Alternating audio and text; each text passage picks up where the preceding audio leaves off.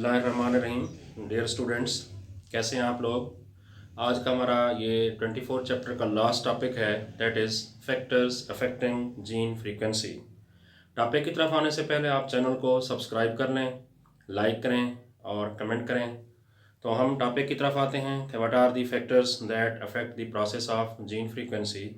There are many factors that affect the process of the gene frequency, but there are five factors that show significant variation from the Hardy-Weinberg theorem, and they clearly show the variation in the homozygosity and the heterozygosity of the existing of that population। तो किसी भी population की homozygosity या heterozygosity को जो है उसको उसकी proportion को जो है वो change कर रहे होते हैं।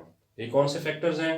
First is the mutation, migration, genetic drift, non random mating and selection. तो हम आते हैं सबसे पहले म्यूटेशन की तरफ कि म्यूटेशन क्या है।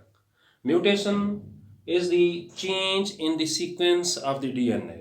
डीएनए के सीक्वेंस के अंदर तब्दीली का होना म्यूटेशन कहलाता है। जब डीएनए के सीक्वेंस में उसके न्यूक्लियोटाइड में चेंज आ जाती है तो हम कहते हैं कि जीनेक फ्रीक्वेंसी भी चेंज हो जाती है। तो जब भी किसी पॉपुलेशन के अंदर म्यूटेशन होगी तो उसकी जीनेक फ्रीक्वेंसी जो है वो चेंज हो जाएगी। तो म्यूटेशन को पैदा करने वाले जो एजेंट्स होते हैं उनको हम कहते हैं कि दे आर नोन एज म्यूटाजीन्स। और ये म्यूटाजीन्स जो है इसके जो सोर्सेस होते हैं या इसकी हम कह सकते हैं कि फैक्टर्स जो होते हैं वो दो तरह के होते हैं। जो इसको पैदा कर रहे होते हैं वो इंटरनल भी हो सकते हैं और एक्सटर्नल भी हो सकते हैं।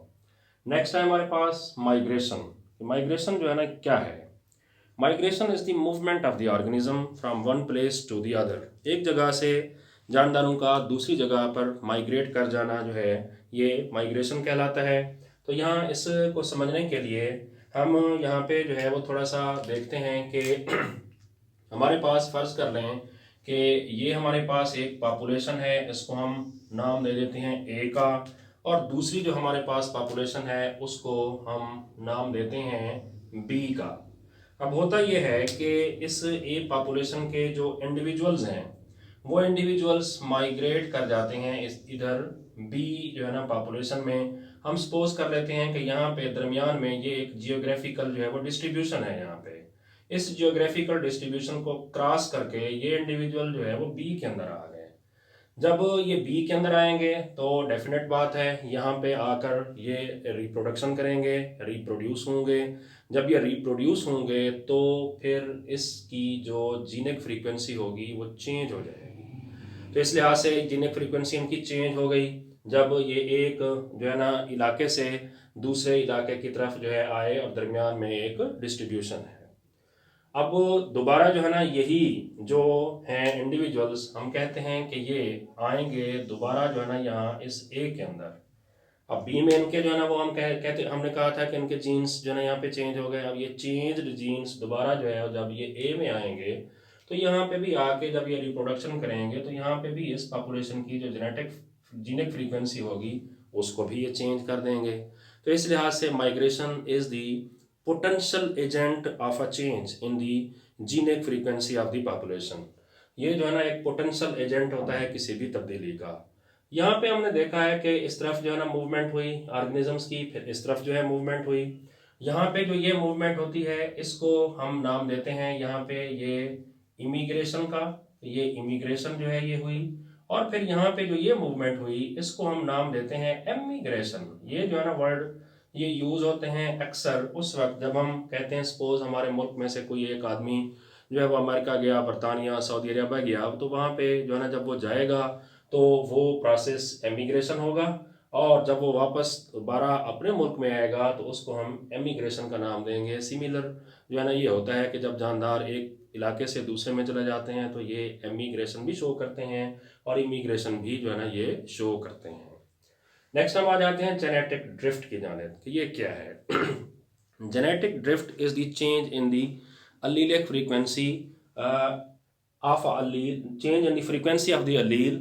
हम कहते हैं कि at a locus by chance जो है ये allelic फ्रीक्वेंसी का चेंज हो जाना जो है उसको हम जेनेटिक ड्रिफ्ट कहेंगे। कब होगी ये change allelic frequency by chance? ये उस वक्त होती है जब किसी भी हम कहते हैं पॉपुलेशन के अंदर जो है ज़लज़ला आ जाता है, उसमें सिलाब जो है ये आ जाता है और इस तरह के कई और वाक़यात पेश होते हैं, तो तब जो है फिर उस जो है ना पॉपुलेशन की जो अलीलिक फ्रीक्वेंसी है उसमें अचानक जो है ये तब्दीली आ जाती है। हम यहाँ पे देखते हैं कि ये हमारे पास कहते हैं कि ये एक पॉपुलेशन है हमारे पास, इसको हम इसके अंदर जो है वो हम चंद जो इंडिविजुअल्स हैं उसको यहाँ पे हम शो कर देते हैं, ये ग्रीन से जो यहाँ पे इसमें इस पॉपुलेशन में हैं, कुछ को जो है वो हम शो कर देते हैं यहाँ ब्लू से जो यहाँ पे हैं, और यहाँ पे हम कुछ को जो है वो शो कर रहे हैं ये रेड से, ये रेड पॉपुलेशन जो है इंडिविजुअल जो है ये हमारे पास स्मॉल क्वांटिटी के अंदर हैं। अब क्या हुआ कि यहाँ पे अर्थक्वेक हो गई, ज़लज़ला आ गया, सिलाब आ गया, तो इसके बाद फिर जब जो फिर इस पॉपुलेशन में जो ऑर्गेनिज्म सरवाइव करेंगे तो उसमें इनकी लिमिटेड क्वांटिटी होगी, तो ये लिमिटेड क्वांटिटी के जो है ना ये जानदार हैं, और यहाँ पे ये हम कहते हैं कि जो ब्लू वाले हैं ये सरवाइव कर गए, कुछ डैमेज हुए, ग्रीन वाले भी हम कहते हैं कि ये सरवाइव कर गए, कुछ डैमेज हुए, जबकि जो रेड वाले हैं हम कहते हैं टोटली जो है वो डैमेज हो गए। जब टोटली ये डैमेज हो जाएंगे देन हम कहेंगे कि इस पॉपुलेशन की जो जीनिक फ्रीक्वेंसी है वो चेंज हो गई, तो इस प्रोसेस को हम कहते हैं जेनेटिक ड्रिफ्ट। फिर हम आ जाते हैं next, that is the non random mating. Non random mating जो है ये क्या है, यहाँ पे हमने शो की हैं चंद जो है ना ये इंसेक्ट्स हैं हम कहते हैं कि यहाँ पे जो है ना ये जो है हमारे पास इसको जो है वो हम नाम देते हैं मेल का, और ये जो है वो हमारे पास यहाँ पे हैं फीमेल। अब होता ये है कि ये एक इंडिविजुअल है, यहाँ पे ये रेड कलर का ये एक और है करेक्टरिस्टिक का, ये ब्लू का और करेक्टरिस्टिक की इसकी हैं, और ये जो ग्रीन कलर का है इसकी जो है वो कुछ और करेक्टरिस्टिक है। जब यहाँ पे ये ब्लू वाला जो है इसके साथ जो है वो रिप्रोड्यूस करेगा, इसके साथ रिप्रोड्यूस करेगा, फिर इसके साथ भी रिप्रोड्यूस करेगा, तो ये रेंडमली जो है वो मेटिंग कर रहा है। रेंडमली यानी आज़ादाना इसकी जो है ना यहाँ पे मर्जी है कि वो इसके साथ भी, इसके साथ भी, इसके साथ भी, जिसका रिजल्ट ये होता है कि जो इस करेक्टरिस्टिक की हामिल जो करेक्टर्स हैं वो आगे ट्रांसफ़र हो रहे हैं, और ये वाले करेक्टरिस्टिक भी आगे ट्रांसफ़र हो रहे हैं, और ये भी आगे ट्रांसफ़र हो रहे हैं। इसका मतलब जीनिक फ्रीक्वेंसी में कोई चेंज नहीं हो रही, तो इसका मतलब एवोल्यूशन नहीं हो रही।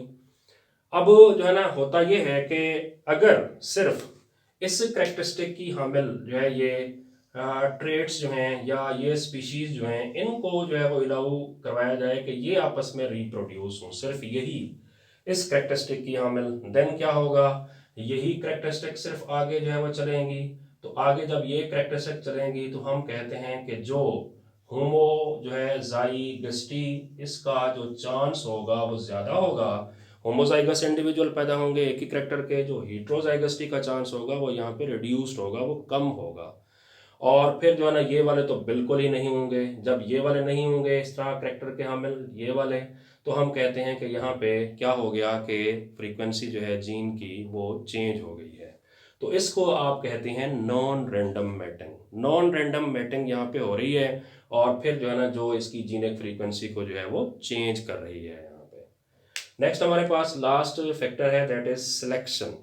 सिलेक्शन का मतलब यानी चुनाव हम यहाँ पे कहते हैं, तो इसकी दो टाइप्स होती हैं, artificial selection and natural selection. जो नेचुरल सिलेक्शन होती है इसमें नेचर डिसाइड करती है कि कौन से इंडिविजुअल्स, कौन सी स्पीशीज़ जो है वो आगे सर्वाइव करेंगी, कौन सी जो है वो नहीं करेंगी। तो कौन सी स्पीशीज़ जो है वो आगे सर्वाइव करती हैं, वो स्पीशीज़ जो है वो सर्वाइव करती हैं जिनको इन्वायरमेंट प्रोटेक्ट करता है, जिनको इन्वायरमेंट आगे जो है वो लेके चलता है, तो वो स्पीशीज़ आगे चली जाती हैं, कामयाब हो जाती हैं, जिनको नहीं करता वो पीछे रह जाती हैं, मादूम हो जाती हैं, और बिल आखिर जो है वो ख़त्म हो जाती हैं। और वो स्पीशीज़ जो ख़त्म हो गई उनके जीन्स जो है वो बिल्कुल एंड हो गए, ख़त्म हो गए, तो इस लिहाज से भी फिर जो नेचुरल सिलेक्शन होगी वो जीनिक फ्रीक्वेंसी जो है वो चेंज कर देगी उस पॉपुलेशन की, जिससे जो है ना क्या होगा कि एवोल्यूशन का चांस जो है वहाँ पे बढ़ जाएगा। अब दूसरी होती है आर्टिफिशियल सिलेक्शन। आर्टिफिशियल सिलेक्शन के अंदर ऐसा होता है कि ब्रीडर्स जो डिज़ायरेबल करेक्टरिस्टिक की जो स्पीशीज़ होती हैं उनको जो है वो आगे लेकर जो है वो चलते हैं। जैसे हम कहते हैं कि ये हमारे पास एक एनिमल है, ये ज़्यादा दूध देने वाला है, ये जो है वो ज़्यादा गोश्त पैदा करने वाला है, ये जो है फ़लाँ इस हवाले से अच्छे खसूसियात का हामिल है, तो उनके जो जीन्स हैं वो आगे जो है ना लेकर जो है चलते हैं। इसी तरीके से जो इम्पॉर्टेंट क्रॉप्स होती हैं वो डिज़ायरेबल करेक्टरिस्टिक की, उनको जो है वो आगे लाया जाता है, that is artificial selection. So this was the last topic of chapter 24 evolution। इसके एंड पे इंशाल्लाह जो है वो हमने एक क्विज़ जो है वो करना है, और इसके एमसीक्यूज़ को और शॉर्ट क्वेश्चन और लॉन्ग क्वेश्चंस को जो है हमने जो है वो देखना है कि वो एग्जामिनेशन पॉइंट ऑफ व्यू के लिहाज से वो कैसे होंगे। तो इंशाल्लाह जो है वो हम देखेंगे। अल्लाह ताला आपको खुश रखे। Thank you.